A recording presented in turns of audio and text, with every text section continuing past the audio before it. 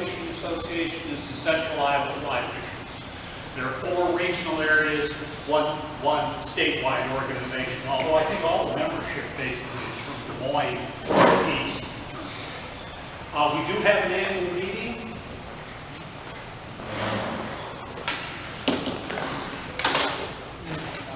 Grab my propaganda sheet while I do it. The Central Iowa Fly Fishers meets every third Saturday, 9:30 in the morning at Our Lady of Holy, our Immaculate Lady in Ankeny, right there on First Avenue.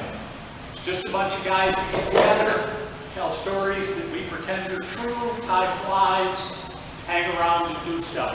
Our Lady's Immaculate Heart Church is Immaculate Heart Church. That's what it is. Anyway, anybody that has any interest, please stop by. Hey, it's a very open group. Just stop in and talk. The annual meeting, and this is a 3-day-long meeting that's going to occur this year in Dubuque. Next year, it's going to be back here in Des Moines, but this year it's going to be in Dubuque, March 6, 7, and 8. If we don't get blizzarded out, it's a fun way to spend a couple of days, basically, watching people show blue water and green trees and nice stuff. Okay. The difference between fly fishing and what we always call conventional fishing, spinning, spin casting, bait casting, has to do with where the weight is. With a spinning rod, bait casting rod, you use a relatively heavy lure, weighs maybe an 1/8 of an ounce, 1/4 of an ounce, up to 1/2 an ounce, and it's tied onto a very light line. So when you do the cast, you throw that lure and it strips the line off the reel and goes flying out and lands exactly where you want it to every time. The lures that we use weigh almost nothing. They tend to be big and bulky, made up of fur and feathers and stuff like that. If they weigh 1/100 of an ounce, that's a heavy fly. And so if you put it on a spin casting outfit, even the lightest spin casting outfit wouldn't cast. So instead of casting the lure, what you do in fly fishing is you cast the line. So what fly rods have are these big, heavy, fancy, very specialized lines that weigh a ton, basically. And what you do is you cast the line, and the fly goes along for the ride. So it's a totally different approach to the way you do it, but that's really pretty much what it is. Everything else is sort of the same as normal conventional fishing. The lines are very special. We'll talk a little bit about different sizing on them. They're actually the most technically sophisticated part of the whole setup is the line. They're quite heavyweight, and then they taper down in the last 15, 20 feet, down almost to a point. So they're very specially built. Almost all the time they're floating. They're usually 80 to about 100 feet long. And most of the time they're built to float on the water. There are lines that are meant to float under or to sink under the water, but most of the time they float under the top. Now obviously, you can't tie a fly on this piece of rope. And so on the end of that fly line, you use a leader. The leaders, normally 9, 10 feet long, something like that, are also tapered, just like the end of the fly line. So the butt end of the leader is, equivalent to 40, 50-pound test monofilament. And then that tapers down, depending on the specific leader, to a much smaller point. Leaders come in different sizes. The person who invented sizing on leaders is the same guy that invented gauges on shotguns. So the bigger the number they are, the smaller they are, just backwards, so you can always be confused. So like a 0 or a number 1 leader probably tapers down to maybe 20-pound test at the end of it. A number 6X leader tapers down to 2, 3-pound test at the end of it. So you buy all sorts of different ones. You can make your own leaders if you're into that. Most of us buy them. They cost $3, $4 each. You go through a couple of seasons, something like that. In order to extend the length of the time you have on the leader, what most of us use is a length of sacrificial monofilament on the end we call tippet. And so it's just a little flat piece of monofilament that we tie on the end, usually a couple of foot, something like that. So as you change flies or as you catch trees, you break off that cheap piece of replaceable monofilament instead of your leader. So that's the line they got. The rods are also different than for spinning rods. The rods tend to be longer. This is a short rod. It's an 8.5 foot one. There are a few that get shorter than that. That's a 9 foot one there. And they usually run in that range, 8.5 to 9 feet. There are specialized rods that are shorter. Some people have for fishing in real thick brush. They use rods like 7.5 foot long. And there are really long rods that are also specialized. But probably 90% of them are 8.5 or 9 feet long. They're usually made out of hollow graphite, same as most good spinning rods these days. The original fly rods were split bamboos and were started being made right after the Civil War.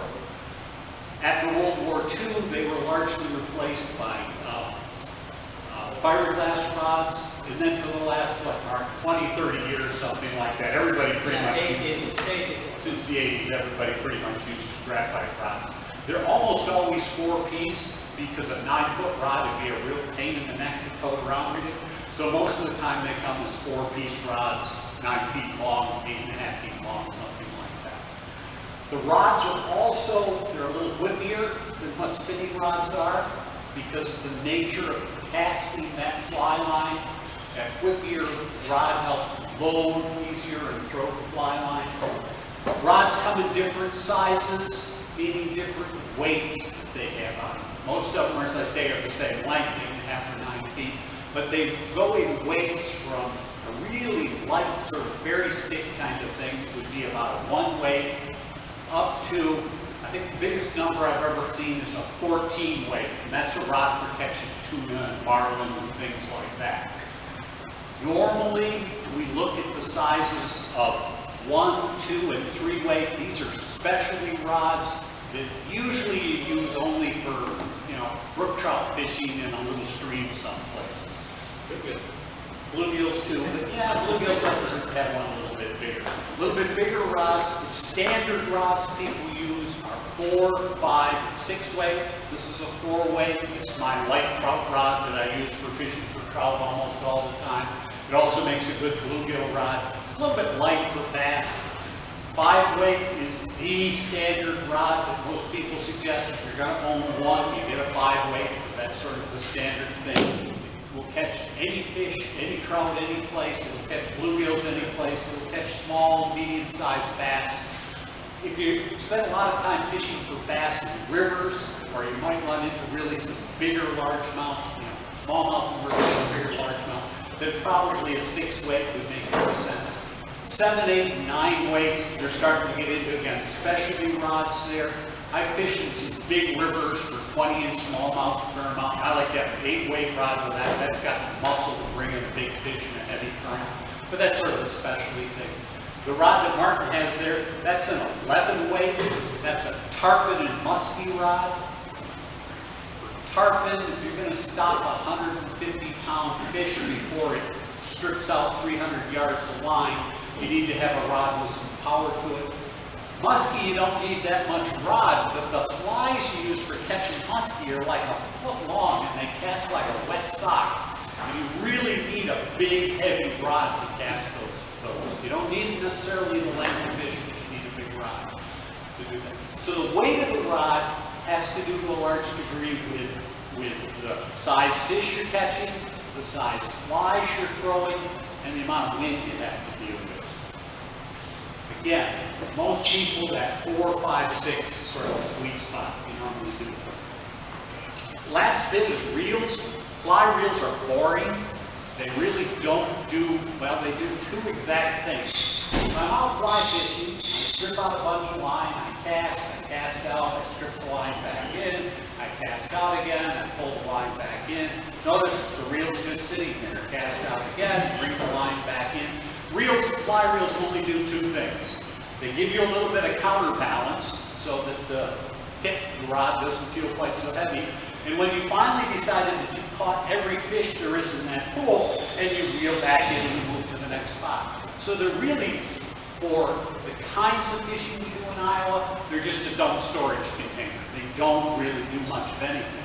Now, that is a fancy reel that's got a, say, 300 yards of backing on it. It's got a very sophisticated drag system, because if you get a big saltwater fish, those things are going to take off and run, and you can actually use a drag on that. Still cast the same way, basically, but once in a while you get a fish that runs harder. The only thing I've ever run into in Iowa where you really need to have a reel that has a drag and stuff is carp. Once in a while you get a good-sized carp, particularly in a river, and boy, they take off like anything and do a lot. Reel's the cheapest part of the operation, and it always surprises people. They're used to really nice bait casting reels and things like this. This one here is a 1950s LLB reel that costs about $20 at the time, something like that. And it's only lasted for 70 years because you don't do anything with it, basically. Okay, rods, reels, lines. The weight of the rod needs to match the weight of the line, and that's the other thing that's important. This is a 4-weight, it's a fairly small, light line as fly lines go. That thing there, it's like a clothesline on it in terms of doing it. You have to have the weight of the line match the weight of the rod. So if you own 3 rods, you own a 4, a 6, and an 8, then you have to have 3 lines. A line for the 4-weight, a line for the 6-weight, a line for the 8-weight. More ways of spending money very often. Before we get into other junk, money is always the thing. Fly fishing has this reputation of being incredibly expensive. If you want, I'll take you to a place where you can buy a $2,000 rod and reel outfit. There's a place here in town that will sell you one. I wouldn't know anything about it because I know Martin is within our group is notoriously cheap. I don't know if he's ever spent more than $50 or anything. I bet fancy if I have a $100 rod for $20 stuff. If you're interested in getting started with fly fishing, there are some great kits out there that are available where they will sell you a rod, a matching reel, and a line, usually thrown a leader, between $100 and about $150. Anybody's interested, the best source of information and tackle around here is the Rod and Rivet, which is down on Franklin Ave, right off of Orlay. In terms of that, it's an Orvis shop. The guy down there really knows what he's doing. He's not open all that many hours, but he knows what he's doing. He's very knowledgeable. And I'm sure that he would be glad to sell a $150 combination to get anybody started that was interested. Orvis makes one that people really like. If you like to mail order, Mad River Outfitters is the one I always suggest. It's in Columbus, Ohio. Very good source of information. You call them up, they'll sell you a $100, $150 outfit. So if you want to spend $1,000 because you've got all the money in the world and you want to really impress people, you can do that, but you really don't need it. You won't catch any more fish with it. You might find that $100 or $500 rod or something is a little bit lighter. It may not tire you out as much, but it won't really cast any difference.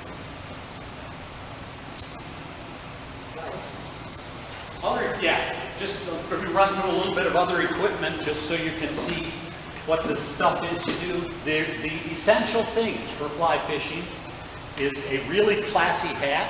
I suggest something like this because they're so sexy, you know. But hey, don't pick on them. But they actually have 2 advantages, these big flappy hats like this. Advantage number 1 is fly fishing is very visible, a very vision-oriented sport. You see the fish that you catch very often because there's a lot of the catching goes on the surface, and so, you know, the more shading you have, the better you can see in terms of it. Also, we're all old men that spend an awful lot of time outdoors. We will get skin cancer if we keep doing this kind of thing, and so anything that keeps the sun off is good. The other advantage of a hat, yeah, Mark, yeah. The other advantage of a hat is as you're casting, there is this little piece of steel going past your head at a couple of 100 miles an hour in the middle of the cast. A gust of wind can flick it over sideways too, so anything that protects your body and keeps the hook from catching in the top of your head or into whatever is good. Glasses are the same thing. If you fly fish, wear glasses. Polarized sunglasses are ideal because they allow you to see the fish, same as regular fishing, but again, there's so much more visual when you're fly fishing. It's a really good idea. And also protect your eyes, same thing. That hook is flying by. Sometimes when you blow a cast, you'll hear it crack behind you. That's because that hook just broke the sound barrier. So you've got a hook going past nearly the sound barrier. You want to protect yourself. Other junk. If you go into a fly fishing shop, you will see walls of toys. Fly fishermen love toys. They are as bad as any other fisherman, maybe a little bit worse. And so traditionally, fly fishermen always had some sort of thing like this to carry their stuff in. I think most of us have given up on them because they're hot. For a day like today, they'd be really hot. And also you've got all these pockets. You will fill every pocket that you have to go out fishing. You'll end up with a vest that weighs 30 pounds and you'll never be able to find it. Another option, this is the one that I like to use because it carries exactly everything that I need to have in it. It's a little bit of a chest pack. It carries a box of flies. We'll talk about the flies. This is my trout rip. It carries some tippet. So I've got that sacrificial piece of monofilament to replace. I've got some spools of that, a different size. And it carries the only two pieces of essential gear that you need to have, which is a pair of clippers. You can, if you want, buy $100 clippers. They actually sell them. I don't know who buys them, but they sell them. These cost $2. And you need a set of forceps. These automatic retractors are really nice too. You use the forceps half the time to pop the hook out of the fish's mouth and it gets going.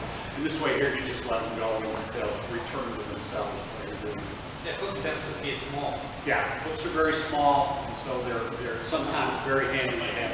They also are good for all sorts of other stuff. Getting hooks caught in nettles, go in and fish them out without touching the nettles. That's always a good thing. Anyway, that carries all the junk that I use. The other stuff's a couple of floatants that I use for keeping dry flies up. My freshwater rig, or my warm water rig, for bass and bluegills is really pretty much the same. It's a satchel that somebody gave me a lot of years ago with a box of flies and a set of forceps and a clipper, and that basically is all you need to carry. It's some replacement monofilament. Okay. So, what do you fish for with flies? You can pretty much fish for anything with flies that you fish for otherwise. Of course, the big thing is, and the traditional thing is trout. And it always surprises people that Iowa has some really excellent trout fishing. It always surprises me when I was up last week and I got a whole bunch of trout, 6 of them over 16, one of which was over 18. I mean, these are nice fish, basically. There's no place in the country you fish for trout, you would say getting 6 fish in the afternoon, 16 to 18 inches was bad. So it's really nice. And fly fishing is in many ways the most efficient way to fish for trout. Why is that? Because trout eat predominantly little insects. It won't do you any good for me to show you the flies. The average flies that we use are, I don't know, half an inch long, something like that, because they imitate what the fish eat. Little bugs that are about a half an inch long, something like that. Cheese will work too. The cheese will work. The cheese works well too, that's true. We don't have the cheese fly, they do catch The cheese fly, yeah. the cheese fly. But all of the fish I was catching were in foot rippling water too. You know, actually fast moving, fairly shallow. Fly fishing is really good for doing that kind of fishing. We break our flies down into a couple of groups. Flies that float on the surface we call dry flies because they float on the surface. They float because that's the way we tie them. We tie them out of light materials that tend to float, and also we tend to wrap feathers around them that stick out and help them float. They float on the surface, and they imitate the mayflies and caddisflies and that. The adults, when they land in the water, to lay their eggs. And sometimes you see a lot of them out there, and you see fish eating nothing but caddisflies and mayflies. They're floating on the surface, and it's almost impossible to catch them with anything but fly fish. Most of the time, trout eat flies that are underwater. We call them nymphs, which is a generic term. My son's an entomologist, and he always yells at me when I call them nymphs. Basically, a nymph is you go into a stream, if the water quality is good, you pick up a rock, you turn it over. All those creepy crawlies that are underneath there are the juvenile form of those same insects. The eggs lay, they fall to the bottom, they grow on the bottom for a year, 2 years, something like that. They mature into adults, come back to the surface, fly away, they go up in the trees and have one night of sex, and then they repeat the whole process all over. So most of the insects that trout eat are actually those nymphs, little brown, sort of nondescript, creepy crawly things. And we fish them using flies that are little brown, nondescript, creepy crawly things, imitations. Usually the way that you fish either dry flies or nymphs is to cast them upstream and let them come back with the current. We refer to that as dead drifting. You cast up and let them drift back with the current because the little fly insects are just sitting on the water surface and they just sweep down with the current. And the nymphs that are down at the bottom, same thing, they just sweep down with the current. Usually with the nymphs, we cheat. Martin's here, so I can't say we use a bobber because we're sophisticated fly fishermen, so you don't call them bobbers. You call them drift indicators or strike indicators. What they are is a little something that floats. It's a little bobber out of foam rubber or maybe styrofoam or something. You put it on the line, you cast it up, and you can watch your bobber float back down. It tells you where the fly is. It's somewhere under the surface of the water, so it's easier to see. And then if a fish gets fooled into doing it, it acts just like any other bobber. So you detect the strike over there. I always get a kick out of the fly fishermen. They cringe when you call them bobbers, but they're bobbers, folks. So with trout, that's the main thing that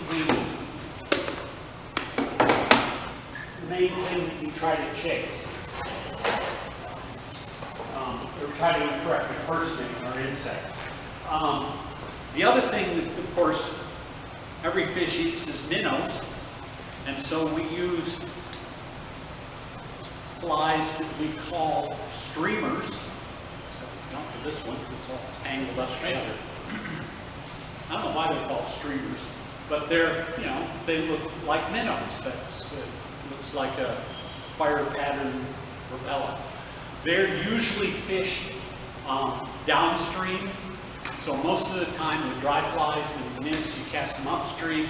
With minnow imitations, usually you cast them somewhere between straight across stream to quarter downstream. And you let them swing down in the current. And you use all the same tricks you use if it was a spinning rod. You might strip it back in slowly one time, like try to sucker the fish in to convince them that it's something that they want to eat. Sometimes you jerk it so that it looks like a sick minnow and hope that'll fool them into eating. Sometimes you strip it fast because you hope the fish thinks it's a minnow that's trying to escape. Doesn't really matter. All the same arguments that you'd use if you were fishing with a daredevil, basically, in terms of trying to fool the fish into thinking that minnow is something they want to attack. So for trout, that's the majority of what we do. You can also use things that imitate crawdads, for example. There's some that works with that and other things. But pretty much that's this type of stuff that we use most things. And again, anything that's a 4, 5, 6 weight rod will work just fine. For bass, That's the thing, that, you know, it's really nice to fish for trout. I love fishing for trout, but they're 4 hours away from here, up in the northeast part of the state.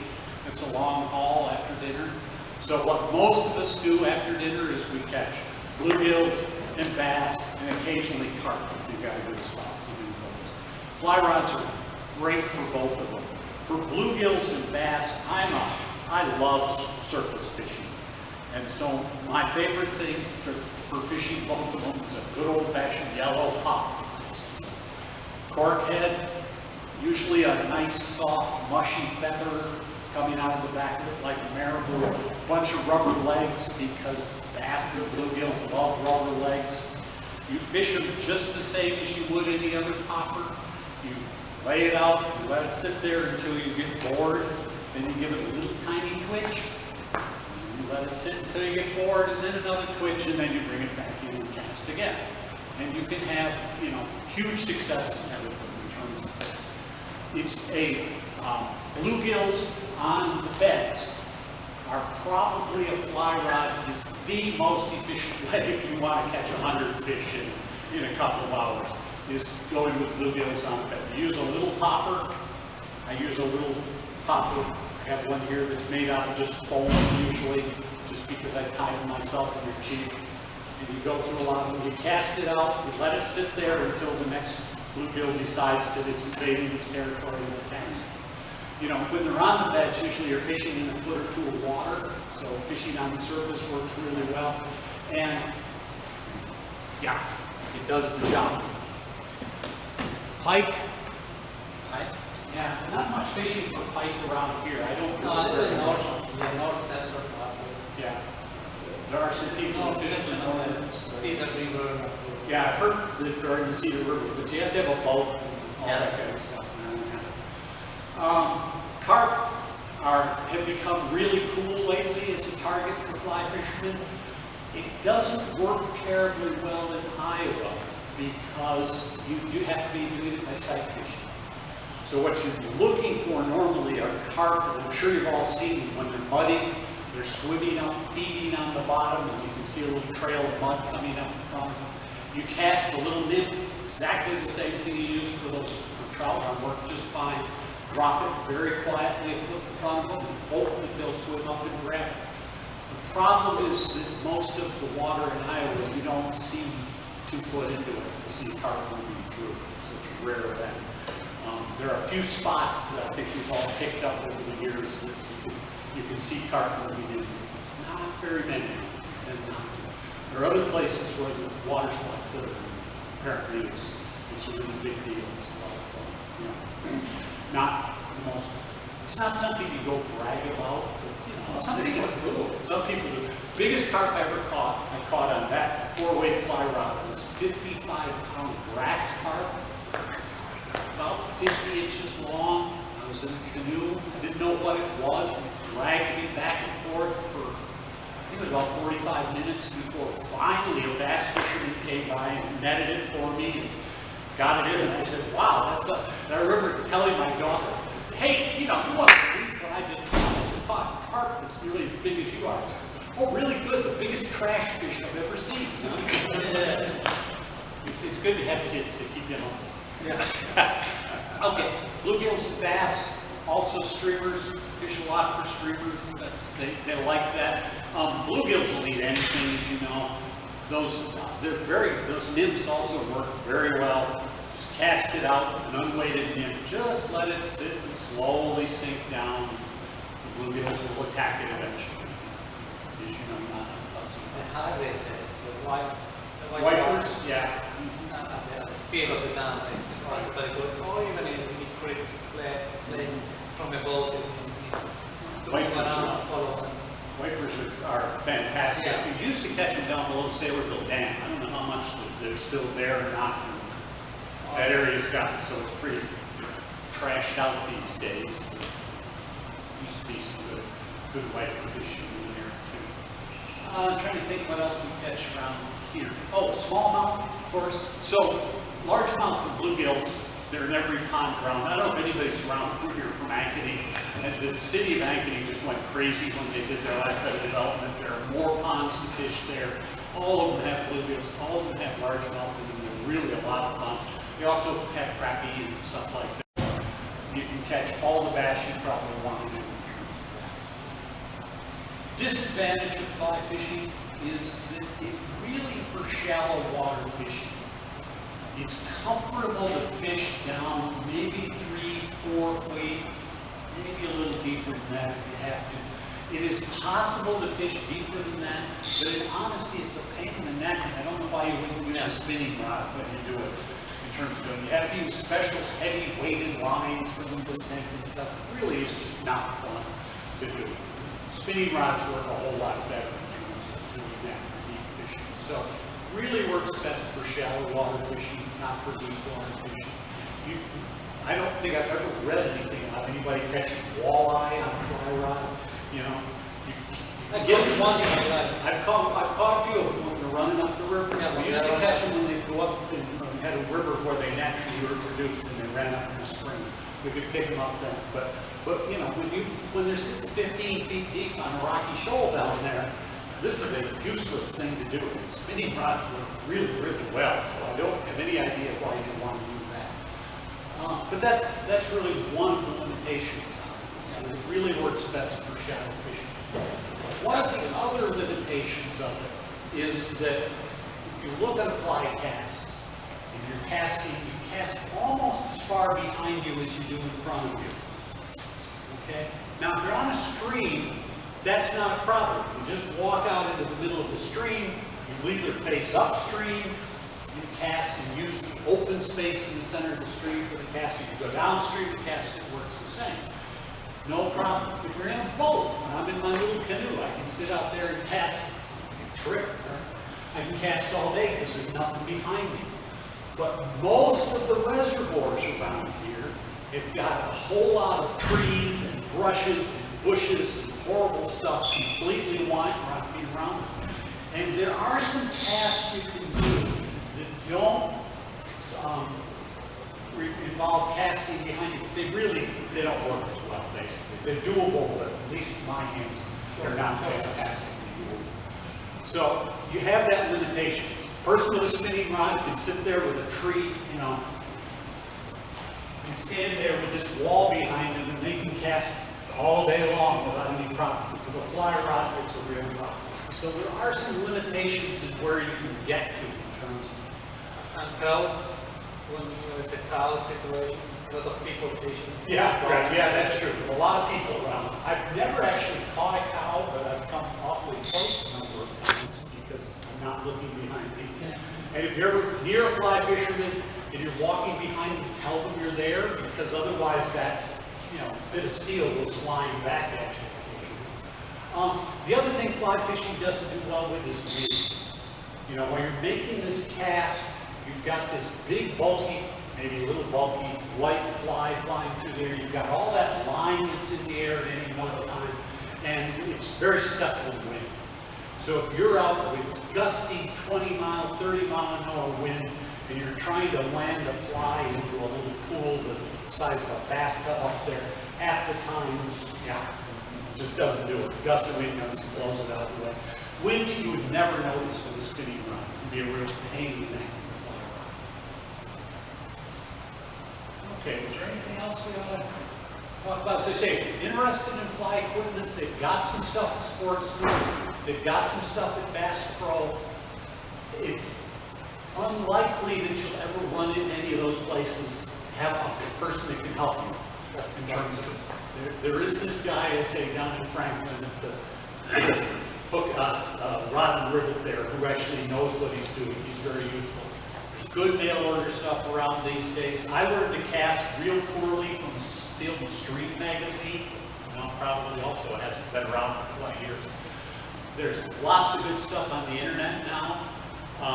If you're looking for stuff, Orvis, the Orvis Fly Fishing Center, Orvis Learning Center is great.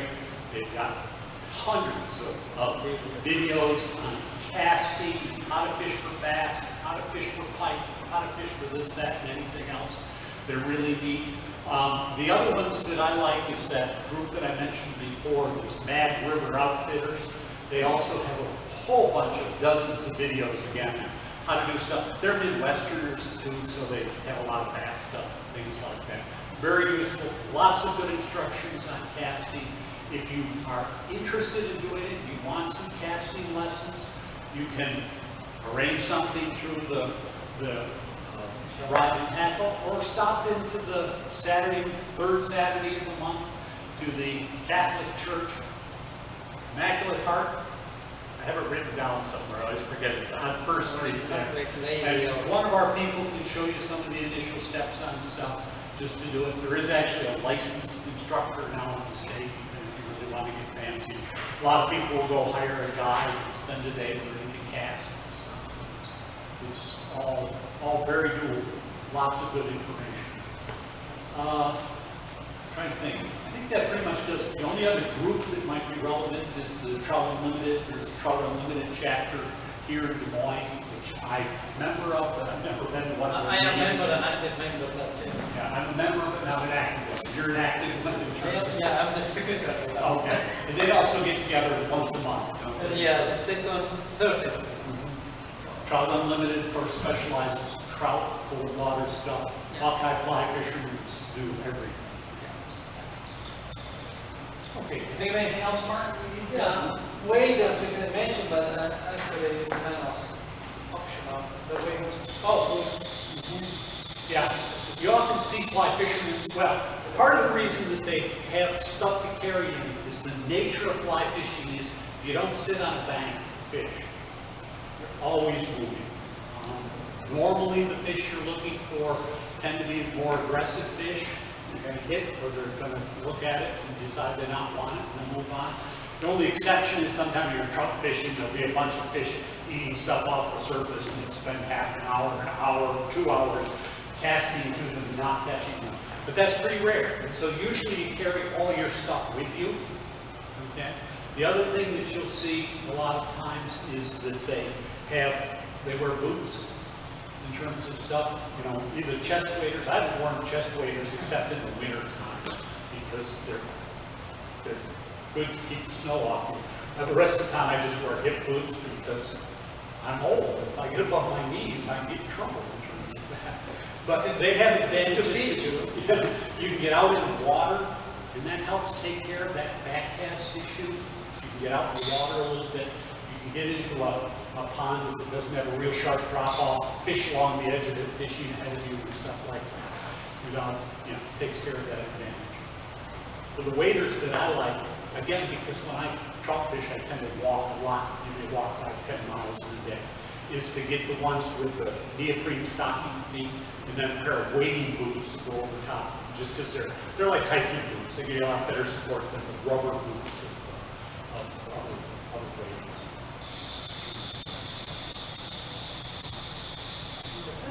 Anything else? We've got some flies if anybody has any questions. Interested in doing it. We're good. Thank you, gentlemen. I'll do it. That's